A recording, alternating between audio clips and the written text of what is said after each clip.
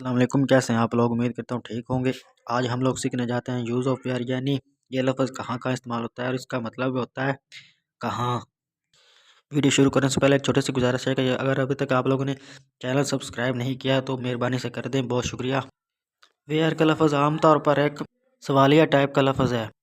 जब कोई शख्स दूर से आ रहा हो तो हम लोग उससे पूछते हैं कि आप कहाँ गए थे या आप कहाँ से आ रहे हो, या हम कोई चीज़ नहीं देख लें तो फिर हम लोग पूछते हैं कि ये कहाँ से मिलेगी या ये कहाँ पाई जाती है।